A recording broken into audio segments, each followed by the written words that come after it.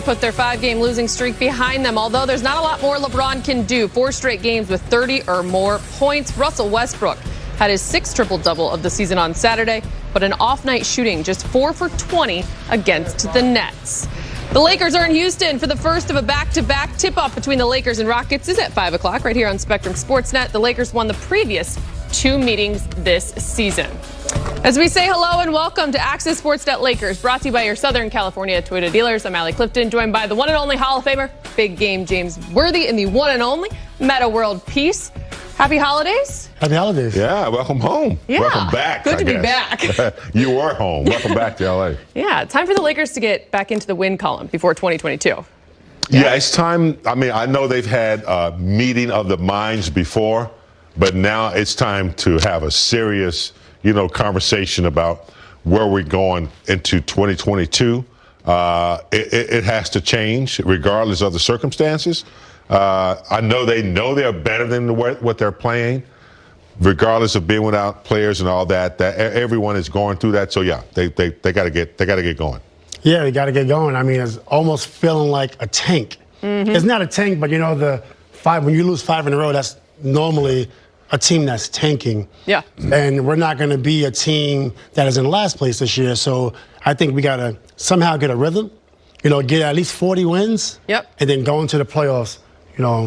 Ready. It all starts tonight in Houston. The hits keep coming for the Lakers, and this time it's Wayne Ellington's turn to find himself out of the lineup tonight. He didn't make the trip to Houston. The good news, it is a non-COVID related illness. Ellington had started the last 6 games for LA.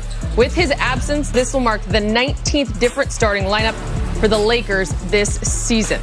That is incredible. More news on the COVID front. This coming yesterday from ESPN senior insider Adrian Wojnarowski. Vaccinated NBA players and coaches can now clear quarantine after 6 days if COVID testing data shows they're no longer at risk to be infectious, according to a memo distributed to teams Monday and obtained by ESPN. He goes on to tweet, the NBA and NBPA agreement comes at a time when players are testing positive and heading into quarantine at an unprecedented rate. 172 have entered COVID protocol in past 2 weeks, including a single-day high of 27 on Sunday.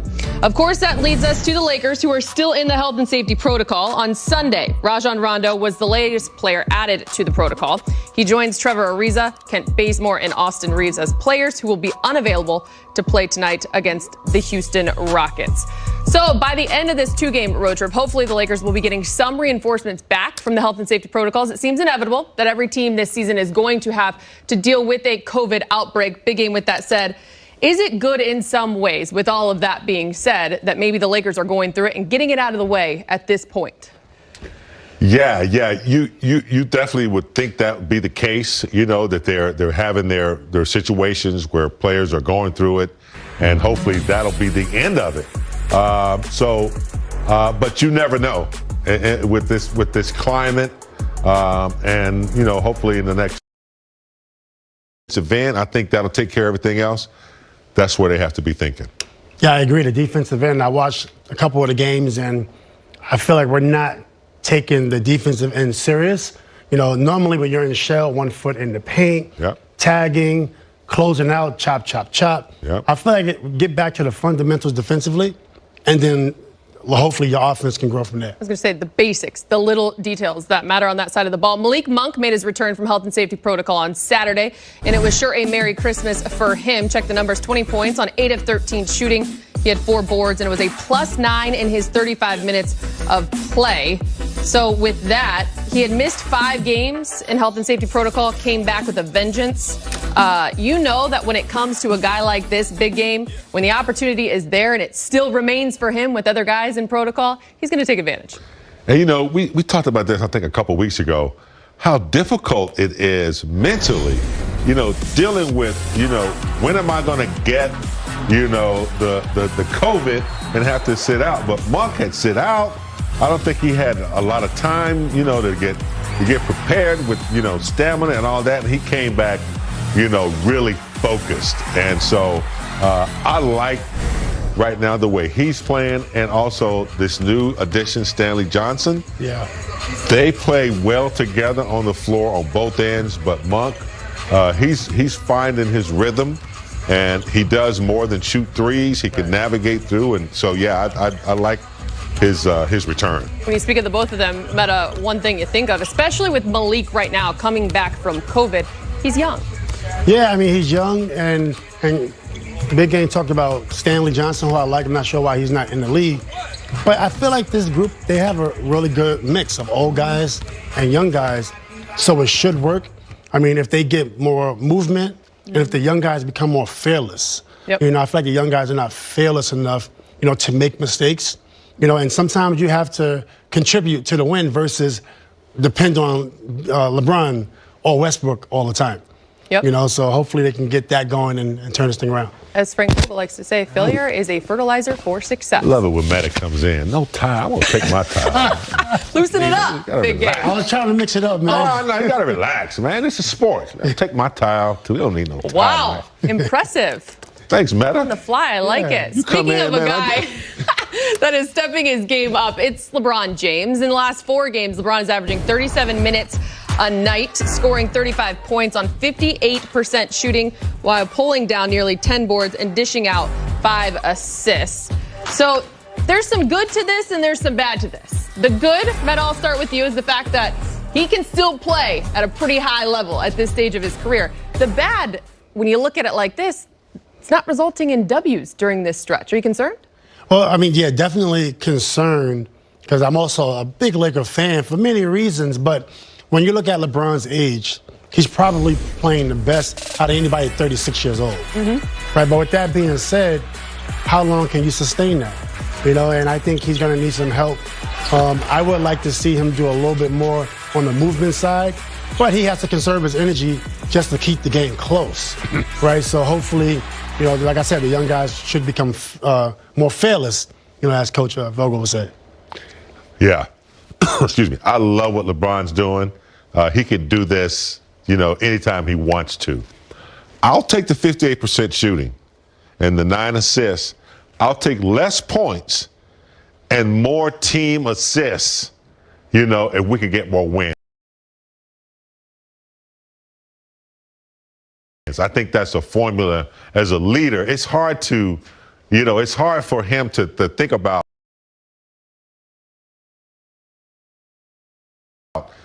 how he needs to get everybody else involved on a nightly basis. Right. There are nights where he comes in there and he's like, I got to do it. And he's right. He's got to do it.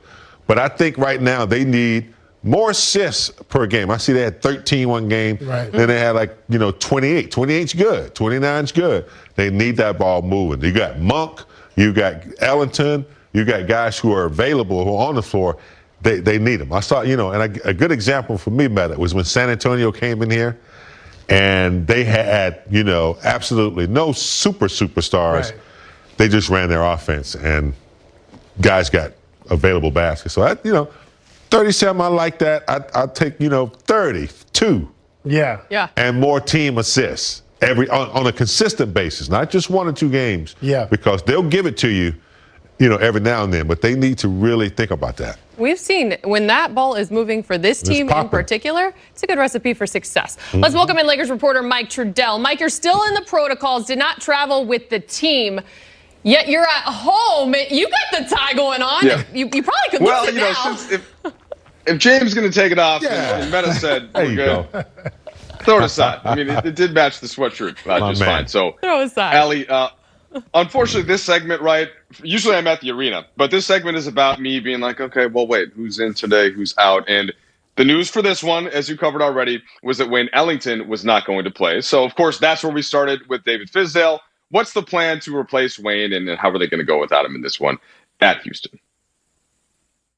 Yeah, we're still talking about the lineup right now, but, obviously Wayne is a gunslinger and he provides elite spacing for us from the standpoint of, opening up the floor for our attackers and also creating action off ball for us. So obviously that movement and that spacing will be missed, but I think our team is starting to get accustomed to the rhythm of losing guys and having to step up after that, and so it will be a next man up mentality.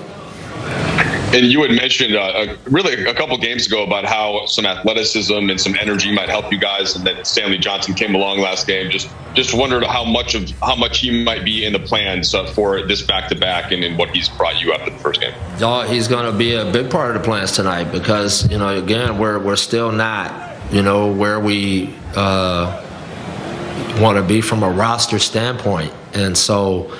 You look at Doe is back home, Wayne's back home, Austin's back home, Bays is back home. Like, we got a lot of guys still. That's a part of what with Trevor, who's a big, another forward for us. So Stanley is huge in what we're trying to do, and with his motor and his defensive intensity and prowess, we can really use that right now. And the first game was if that's an indicator of what he's going to provide, then I'm really hoping that he can give that to us again.